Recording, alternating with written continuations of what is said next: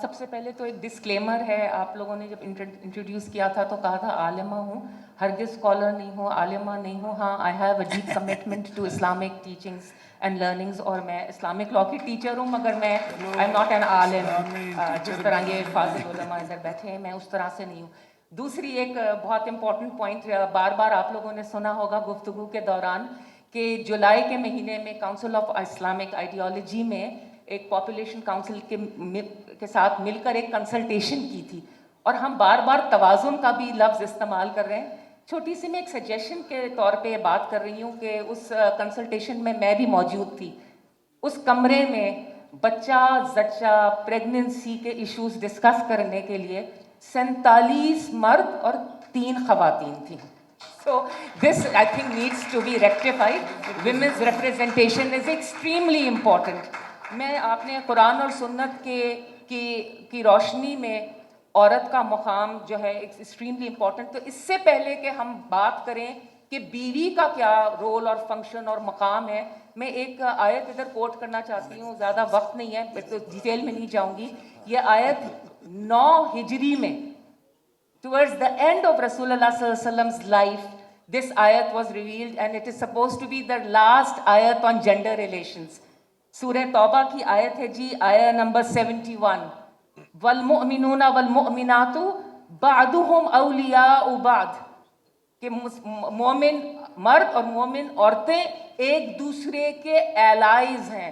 This is the Quranic model of intergender relations in society. معاشرتی level پہ آپ ایک دوسرے کے allies ہیں, ایک دوسرے کے guardians ہیں, حتیٰ کہ اردو کے ترجمے میں رفیق اور مددگار کا لفظ استعمال کیا گیا ہے. اب یہی لوگ جب ازواجی تعلقات میں منسلک ہوتے ہیں تو سورہ بقرہ کی مشہور آیت ہے وَلَهُنَّ مِثْلُ الَّذِي عَلَيْهِنَّ بِالْمَعْرُوفِ, and for women are rights over men similar to those of men over women. اور ہنّا لباس لکم وانتم لباس لہن, اور بہت ساری ایسی آیات ہیں. UNFPA کے ساتھ جب میں نے اس ارلی چائلڈہڈ میریجز پہ ایک مرتبہ آئی واز بینگ کنسلٹیڈ, تو مجھے موقع ملا کہ میں نے قرآن کی کوئی پتہ نہیں 30 سے زیادہ آیتیں جو میرج کے حوالے سے ہیں ان کو اینالائز کرنے کا موقع ملا. اور جو ماڈل ایمرج ہوتا ہے وہ اتنا کوئی امپریسو ماڈل ہے, تو اس کو ہم لوگ فالو نہیں کرتے. اصغر علی انجینئر صاحب کہتے ہیں کہ the biological otherness of women does not mean women are unequal. تو شریعہ تو انشور کرتی ہے کہ that a woman is an absolutely equal partner, جو میرج کا جو یہ ریلیشن شپ ہے. اب آتے ہیں میرج کے اندر جو ایک بہت ہی امپورٹنٹ کمپوننٹ ہے چائلڈ بیئرنگ کا اور فیملی پلاننگ کا, اس کی طرف اب میں اسٹریٹ آنا چاہتی ہوں. اور اسی پرنسپلز جو آپ نے گائیڈ لائنز مانگی ہیں, اسی کے اندر اسٹریٹجیز بھی ہیں. تو میں ایک چھوٹا سا واقعہ آپ لوگوں کے ساتھ شیئر کرنا چاہتی ہوں. کسٹڈی کا کیس تھا. نبی پاک صلی اللہ علیہ وسلم کے سامنے ایک ماں باپ پیش ہوئے. جو باپ تھا اس کا آرگیومنٹ سنیں. باپ نے آرگیو کیا کہ this child has come from my lines, therefore this child should belong to me. Divorce case. جو خاتون کی آرگیومنٹ تھا, جو ماں کا آرگیومنٹ تھا, میں آج تک وہ میرے کانوں میں گونجتا ہے. اور میں نے اس کو ایک I think I was on a flight when I read this. ایسا آرگیومنٹ ہے, شاید آپ نے اس سے پہلے اپنی زندگی میں ایسا آرگیومنٹ نہیں سنا.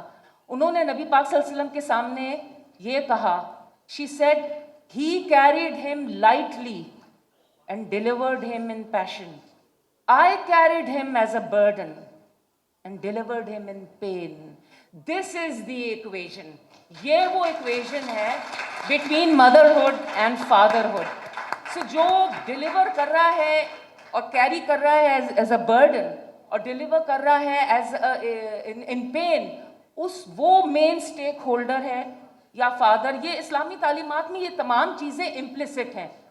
اب let's take our project, یہ جو ہمارا مشن ہے یا ہم چاہتے ہیں کہ توازن پیدا ہو out of the confines of fiqh and bring it alive.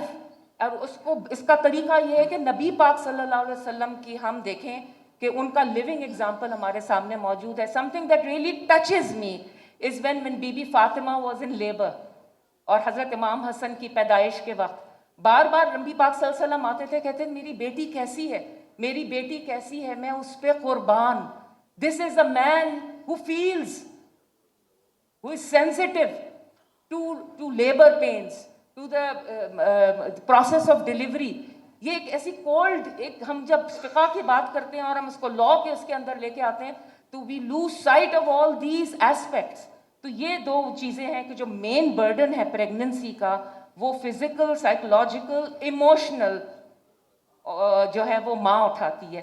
And this is carried by the woman, and at every pregnancy the risk and threat of death is very real. جس نے اتنا بڑا رسک اٹھانا ہے اس سے نہ پوچھا جائے یا اس کی مرضی نہ شامل ہو, یہ تو ایک انکنسیویبل چیز ہے. and I cannot believe کہ the Sharia would ever allow something like this. دیکھیں قرآن کی آیت ہے اعدلوا هو اقرب للتقوی, عدل کرو وہ تقوی سے قریب ترین ہے. اس میں کہاں سے آئے گا عدل؟ if a woman is if a pregnancy is forced upon a woman, جو کہ ہوتا ہے. انیمیا ہماری خواتین میں ہے, پروٹین ڈیفیشنسی ہماری خواتین میں ہے. اس کے بعد imagine multiple pregnancies, what are we doing? اور یہ مقاصد شریعہ کے ساتھ بہت بڑا کولیشن کورس ہے کہ اس طرح سے اس چیز کو دیکھا جائے. میں ایک اور بہت امپورٹنٹ چیز, اور یہ قبلہ صاحب نے بہت اچھا بتایا کہ کس طرح ہم نے ان چیزوں کو پروپیگیٹ کرنا ہے. آپ نے مساجد کی بات کی, سر عبد الخبیر آزاد صاحب نے. یہ آیت میں یہ آپ لوگوں کو سجیشن دینا چاہتی ہوں کہ ہم کہتے ہیں نا ان اللہ کان علیکم رقیبا, اور نکاح کے وقت جو بہت خوبصورت آیات پڑھی جاتی ہیں, میرے خیال میں تو سورہ شورا, سورہ جو 42 سیکنڈ سورہ ہے آف دا قرآن, جس میں اللہ کہتے ہیں اور وہ جو اپنے پروردگار کا فرمان قبول کرتے ہیں اور نماز پڑھتے ہیں اور اپنے کام آپس کے مشورے سے کرتے ہیں. So مشورہ is a cardinal principle in all relationships in Islam, at the societal level, at the parliamentary level. اب میں کیا کہوں, جس طرح سے 26ویں اور 27ویں امینڈمنٹس پاس ہوئی ہیں وداؤٹ اینی کنسلٹیشن, مطلب ٹھیک ہے چلیں, I know we don't want to keep it political, but I should not do that, I'm sorry. مگر یہ کہ بہت ضروری ہے, کنسلٹیشن کے بغیر سوسائٹیز چل نہیں سکتی. So how can a marriage جس کے اندر اتنی امپورٹنٹ چیز کے اوپر کنسلٹیشن اور کنسنٹ نہ ہو, اس کا کیا ہم وہ کر سکتے ہیں؟ اور میں ایک کانفرنس ہوئی تھی, اس میں سے ان کی بھی کچھ جو سفارشات تھیں وہ میں آپ لوگوں کے سامنے رکھنا چاہتی ہوں, and then I will just end my comment. میرا تو 5 منٹ بھی نہیں ہوئے شاید. I am just winding up جی, کہ ناٹ اے سنگل ورس ان دا قرآن, قرآن کی ایک ورس نہیں ہے. اور یہ grand Mufti of Egypt, grand امام الازہر یونیورسٹی کے شیخ جادل حق علی جادل کہتے ہیں قرآن میں ایک ایسی سنگل آیت نہیں ہے which prohibits the prevention of pregnancy or the diminution of the number of children. On the other hand, there are several traditions of the prophet that indicate that it is permissible. وہ کہتے ہیں 32 authentic ahadith ہیں اس چیز کے حوالے سے on the practice of al-azal, which is coitus interruptus, جو کہ عورت کی پرمیشن کے بغیر by the way نہیں ہو سکتا. اور اس کے اوپر اگر قیاس کریں ان حدیث پہ تو دوسری بھی جتنی میتھڈز ہیں of contraception, they are also acceptable in شریعت.